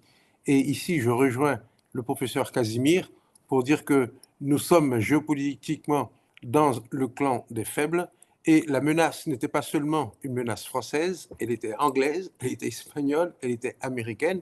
Et dans le fond, là où je trouve je dirais, le point d'équilibre entre ces deux postures, menace ou pas menace, c'est de dire que la question pour Haïti, ce n'était pas menace ou pas menace, c'était légal ou pas légal. Et à ce titre, la liberté n'avait pas de prix. Le premier pays qui acceptait de reconnaître l'indépendance haïtienne, Boyer était prêt à se jeter dans ses bras, et c'est exactement ce qu'il a fait. Et comme la France, de son côté, et je parlais de la faiblesse de la France, mais quel est l'intérêt de la France dans cette affaire? D'abord, cela permet de laver l'affront de 1803 pour dire que une colonie rebelle qui continue de prospérer au nez et à la barbe de l'Empire, cela fait désordre par rapport à la Martinique, à la Guadeloupe, à la Réunion, à la Guyane, qui continuent de plier sous le joug et où l'esclavage continue d'être pratiqué. Donc pour la France, il fallait que l'indépendance haïtienne soit reconnue d'une façon ou d'une autre, parce que sinon c'était un défi permanent à l'ordre colonial. Donc d'un point de vue symbolique, il fallait d'une façon ou d'une autre clore cette histoire avec Haïti. Et d'autre part, l'intérêt pour la France, c'était aussi de revenir dans la posture de la nation la plus favorisée dans le pays qui l'avait chassé avec armes et bagages. Or, Haïti, en 1825, a multiplié par 3 le territoire de la colonie française de Saint-Domingue. La population a doublé dans l'intervalle. Haïti, c'est une véritable poule aux œufs d'or après avoir été la perle des Antilles. Donc, dans l'idée du baron de Mako, l'idée de revenir en Haïti, c'est une idée qui doit être lucrative. Et la France a le souci de faire de bonnes affaires. Et c'est pour cela que je dis, paradoxalement, que la mission de Mako se termine avec un sentiment de croisière dans la Caraïbe, avec un chef de mission qui se félicite de n'avoir pas eu à combattre et d'avoir obtenu des Haïtiens tout ce qu'ils pouvaient exiger, c'est-à-dire 50% de frais de douane de moins que les autres pays, interdiction pour les Haïtiens de commercer pratiquement avec autrui, puisque la France devient en quelque sorte le pays tutélaire de notre indépendance. Et surtout, cette dette contractée auprès d'un consortium de banques françaises qui va lier notre destin à la finance française pendant pratiquement un siècle. Donc, tout cela pour dire que nous avons cédé à une menace, certes, mais une menace qui n'était pas aussi immédiate qu'on peut le croire, puisque cette menace s'exprime sous la forme d'un ultimatum. En d'autres termes, Merci. pour conclure, je pense que Boyer aurait pu dire non. Merci, professeur Théodate. Et maintenant, pour conclure cette partie de dialogue, c'est le professeur Dupuis qui a le dernier mot.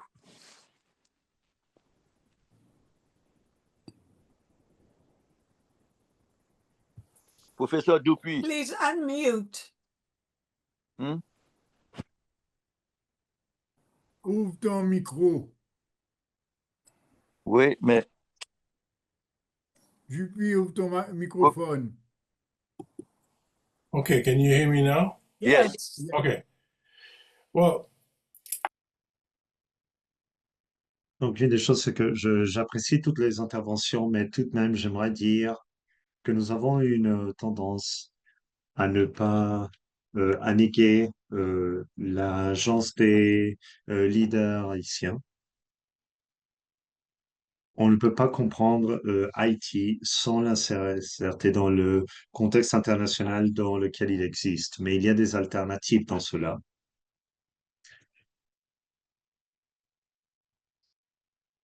Voyez, et les archives sur lesquels j'ai fait de la recherche, la France n'était pas préparée pour envahir l'Haïti.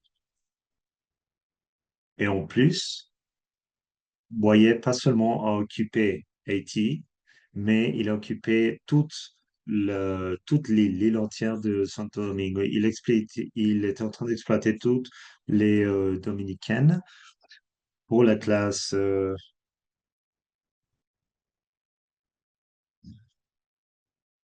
oui, pour en fait la ruling class qui, Dominican Republic, la République dominicaine qui était partie de l'Espagne et les communications et les contacts qu'ils avaient avec la France n'était pas préparée pour entrer dans un engagement, une attaque militaire, un engagement militaire en Haïti. C'est dans ce contexte que nous devrons comprendre qu'il a fait cela pour protéger les intérêts des classes haïtiennes émergentes qui étaient en train de prendre le contrôle des propriétés françaises et jusqu'à ce qu'ils pouvaient arriver à une résolution, ces propriétés ne seraient pas sécurisées et ils seraient toujours sous les ordres des propriétés françaises.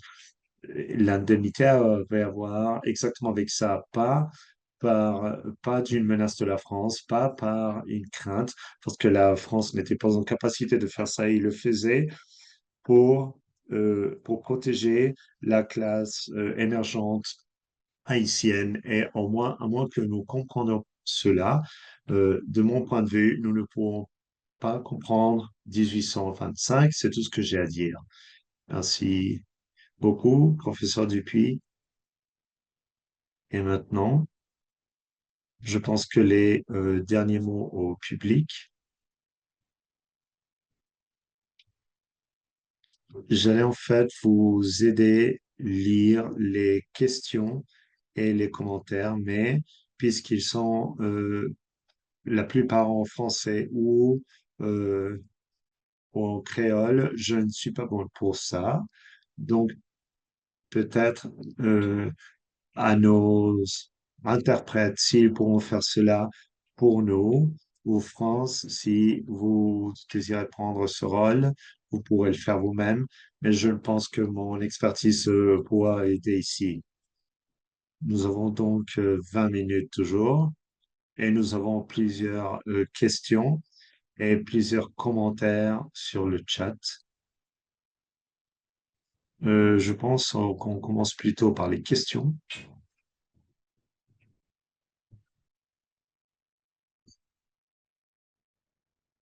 Donc, les interprètes, pourriez-vous aller au chat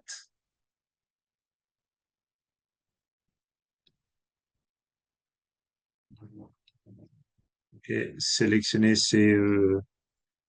ces commentaires qui sont substantifs pour que nous puissions les adresser. Merci beaucoup.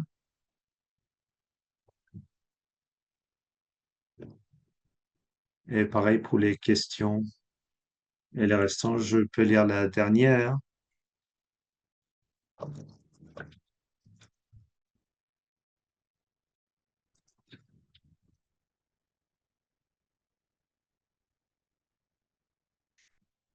Véritable question, ce sont des commentaires, en fait. Of them are thanks to the panelists.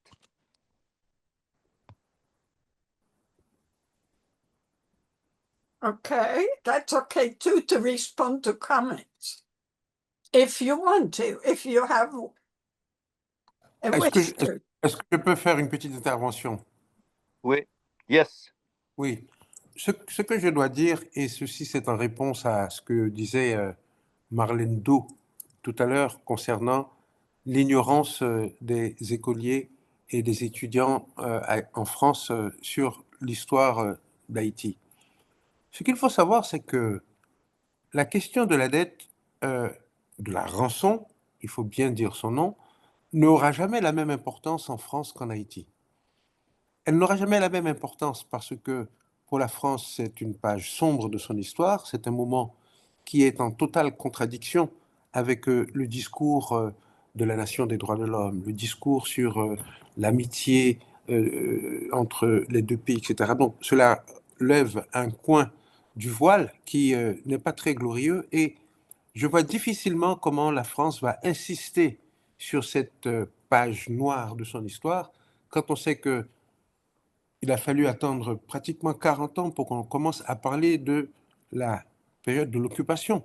En fait, il y a eu beaucoup de collaboration en France avec beaucoup de dénonciations des Juifs euh, qui ont été déportés par le régime de Vichy. C'est-à-dire, il y a tellement de pages sombres de l'histoire de France que celle-ci est, pour ainsi dire, je ne dirais pas la moins sombre, mais je dirais une de plus. Et ce que je vois, c'est que c'est structurellement que le système éducatif passe sous silence ces moments-là. Et lorsque je fais moi-même, au niveau de l'université, un petit sondage auprès des étudiants pour voir, par exemple, ce qu'ils savent d'Haïti, j'ai fait une fois une enquête en leur demandant de citer les noms d'Haïtiens le plus connus dans quelque discipline que ce soit. Le seul nom qu'ils ont réussi à me sortir, c'était barbecue. Ben.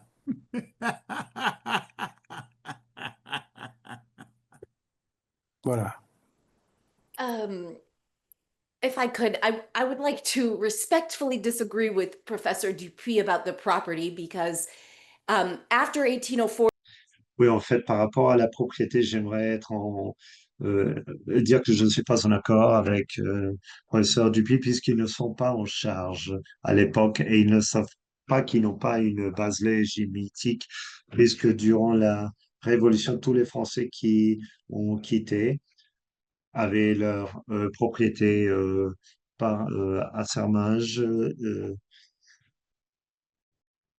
Moïse, Maurepas, les dossiers aux archives français sont complets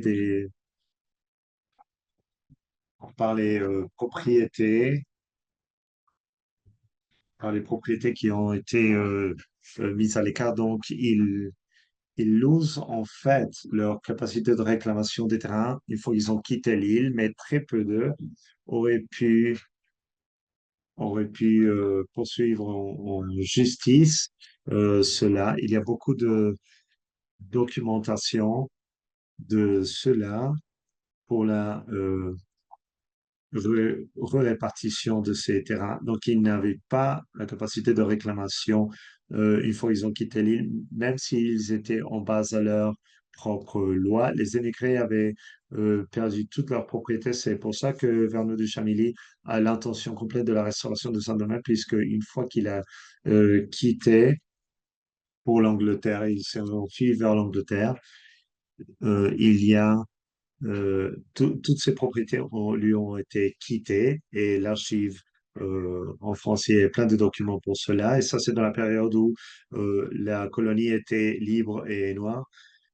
Il n'y avait aucun pouvoir ennemi euh, qui ne pouvaient être en liaison s'ils voulaient avoir les droits de répartition pour leurs droits. Les Français n'avaient aucune base légale. C'est comme dire les Anglais qui ont fui, ils pouvaient avoir une réclamation des propriétés sur les colonies, 13 colonies originelles. Ils ne l'avaient pas. Une fois que la Constitution rentre en jeu, la France n'ont plus de réclamation sur l'île et ça, c'est la raison pour la discussion. euh, et pour suggérer que les Français comme Fernand de Charmilles qui l'a fait disent que les Français n'étaient pas légitimes puisqu'ils ne réclament pas, je ne suis pas d'accord avec.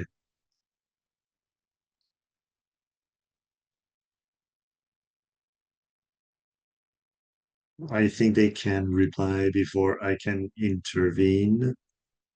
Tout ce que je peux dire, c'est que nous regardons les archives de manière différente, de différents documents qui appuient nos points de vue, que puis-je dire? Oui, pour pouvoir arriver à toutes les réponses maintenant, nous devons être extrêmement satisfaits avec la profondité des sujets que nous avons engagés aujourd'hui de ces façons-là, mais j'aimerais que l'audience puisse s'engager également. Donc, permettez-moi de commencer. Pour ce que je peux faire, c'est aller aux questions. Je peux lire des questions et réponses en anglais. Et si un de vous puisse m'aider avec le français. La première question était de Satish Seka et pour le panel, particulièrement le français. L'expérience coloniale et postcoloniale était le plan que la France a utilisé en Afrique. Sans cela, la France serait une nation pauvre du tiers-monde également. S'il vous plaît, aidez-moi à comprendre cela. Et un commentaire qui ne recherche pas une réponse tellement. C'est pour le professeur Dupuis.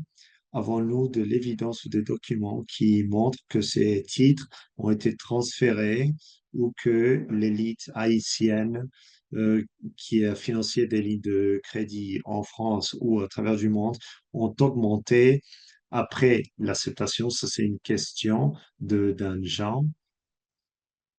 Ensuite, il y a une autre question par Okama Brooke qui apparaît aussi sur le chat. La question avec l'Haïti toujours ressemble à une lutte de classe. Comment pourrons-nous engager cette problématique? Est-ce qu'un référendum pourrait aider à cela? Donc, à l'Europanel, Maintenant, allons au panneau et comme ça, on peut commencer l'interaction. Donc, qui voudrait prendre une de ces trois?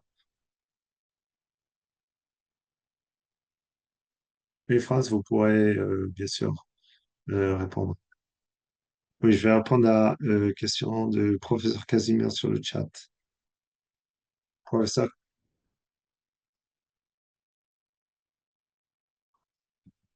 il y a une question pour le professeur Casimir. J'aimerais dire merci pour votre intervention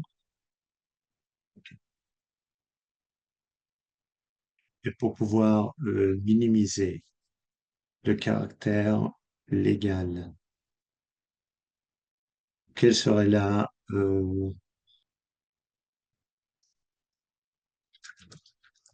quelle serait la rançon pour la France qui ne voulait pas s'engager avec la situation en Haïti? Tout d'abord, merci beaucoup pour cette question.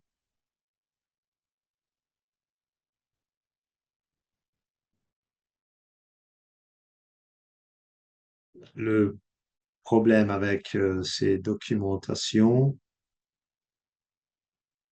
c'est qu'on parle de propriété et nous parlons des droits sacrés à la propriété. Les conquistadors sont des bandits. Ils prennent du terrain, ils possèdent du terrain et c'est tout. Et quand on parle de la situation de propriété, colonialisme, ils ne respectent même pas ses propres lois comme nous les respectons.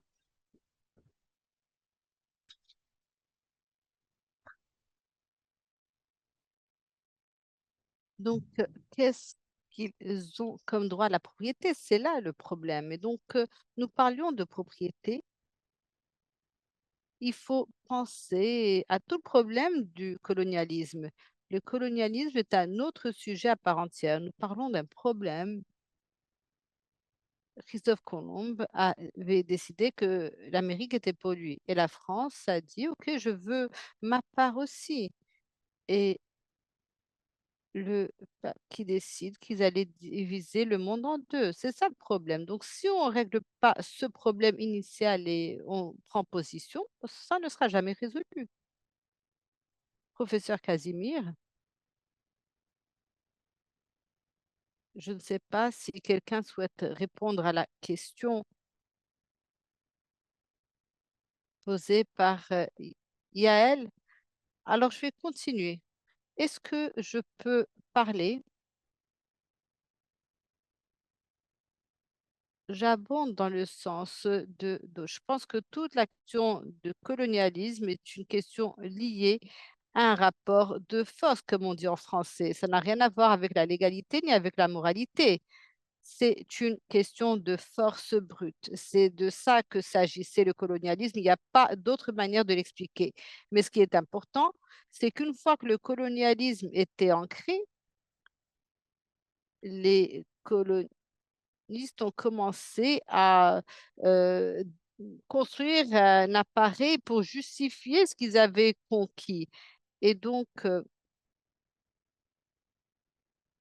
ils ont fait des choses pour défendre leurs droits. Et c'est pour cela que je ne pense pas qu'il y aura de réparation. Macron ne va pas vous donner un centime pour cela. Quelle que soit la pression, Macron ne va pas prendre cela de son budget français. Il se fout un peu des Haïtiens. Donc, c'est une question de rapport de force.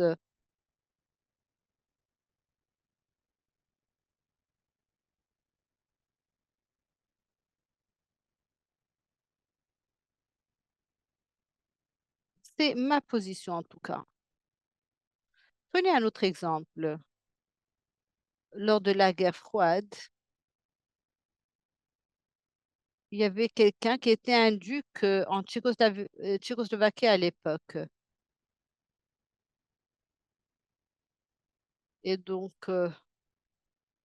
il disait, bon, c'est l'Union soviétique. Alors, après la disparition de l'Union soviétique, il a récupéré sa propriété. C'est une question de force et de pouvoir. Ça n'a rien à voir avec la moralité, car le duc a obtenu sa propriété en exploitant son propre peuple. Ça n'a rien à voir avec la moralité, c'est une question de pouvoir.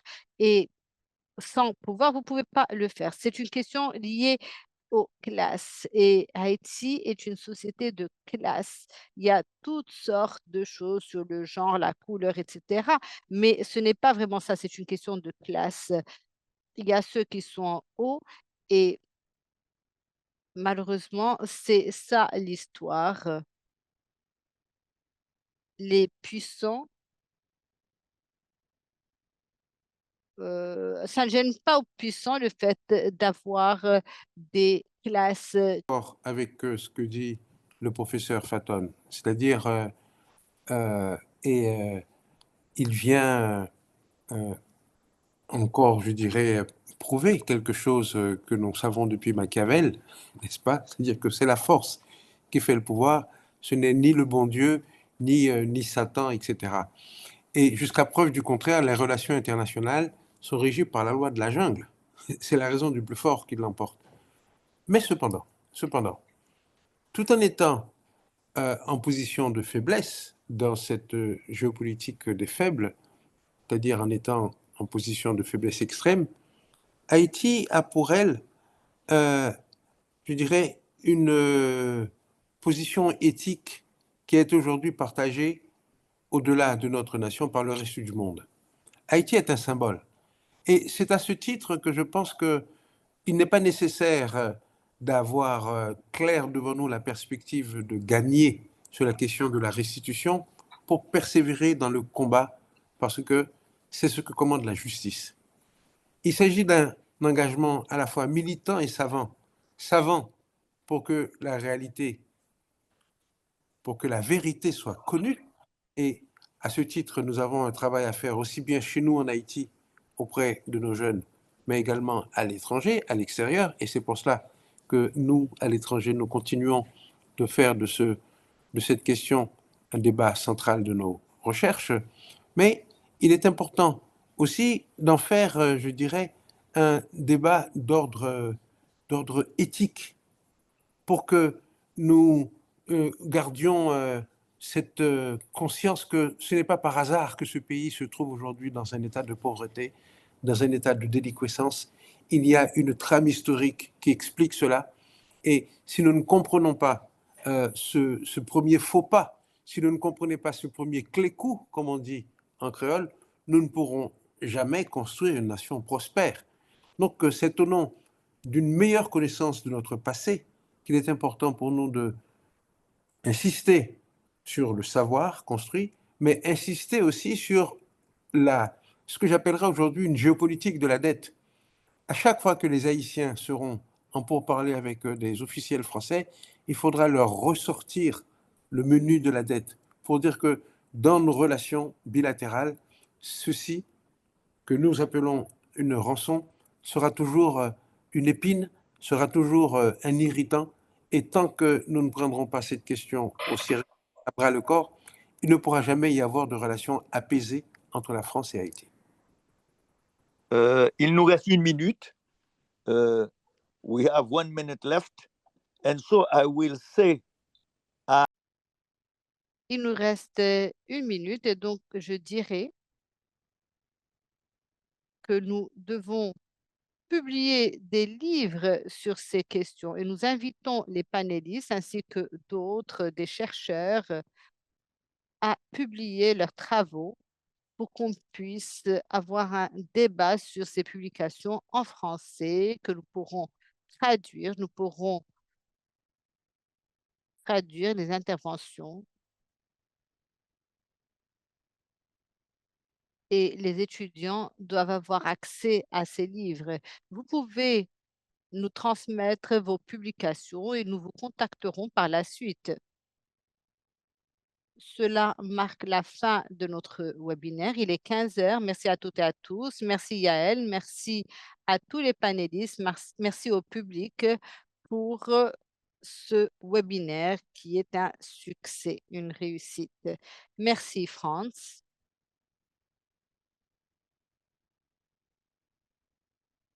Malheureusement, il y a beaucoup de questions auxquelles nous n'avons pas répondu. Quelqu'un a même dit que nous n'avons pas permis au public haïtien de participer activement à la discussion et à ces interactions. Nous espérons nous améliorer la prochaine fois. La question du livre est revenue et c'est une question très importante que nous allons discuter en profondeur au sein de notre groupe de travail. Prenez le temps de lire les commentaires dans le chat car les personnes ont parlé de leurs propres publications. Nous allons les inclure dans notre bibliothèque ou dans nos actualités. N'hésitez pas à consulter notre site web. Nous avons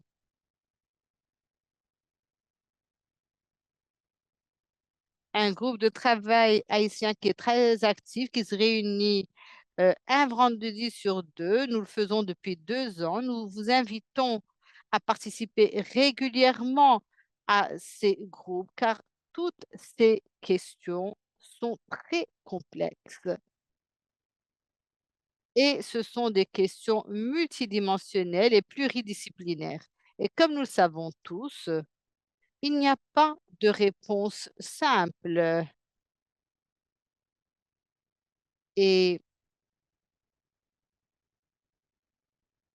le discours politique est déterminé par d'autres considérations que nous n'avons même pas pris en compte dans notre panel.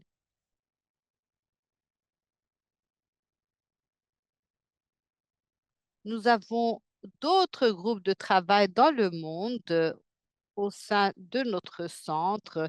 Il y a la question de la justice, des réparations, des restitutions, de réconciliation ou même de conciliation.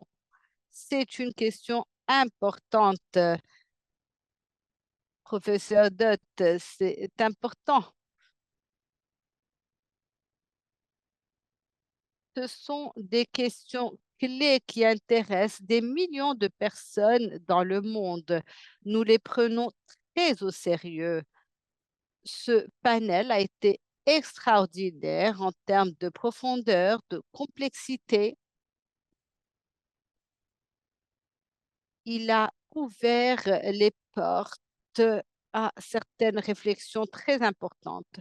Dans 2 semaines, nous organisons un panel d'auteurs qui sont descendants de survivants du Holocauste.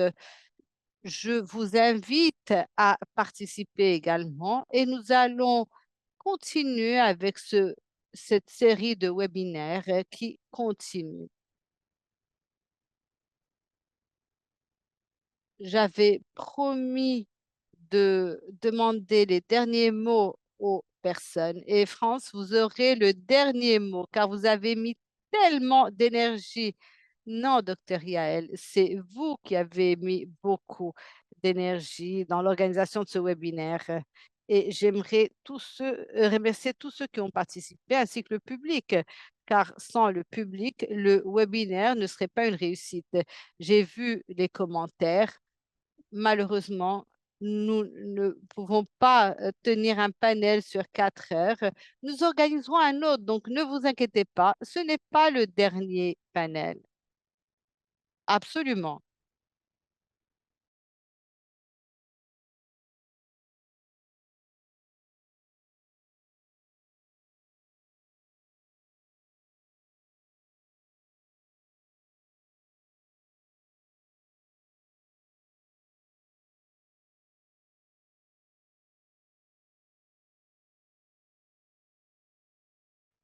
Merci à toutes et à tous. Merci et au revoir.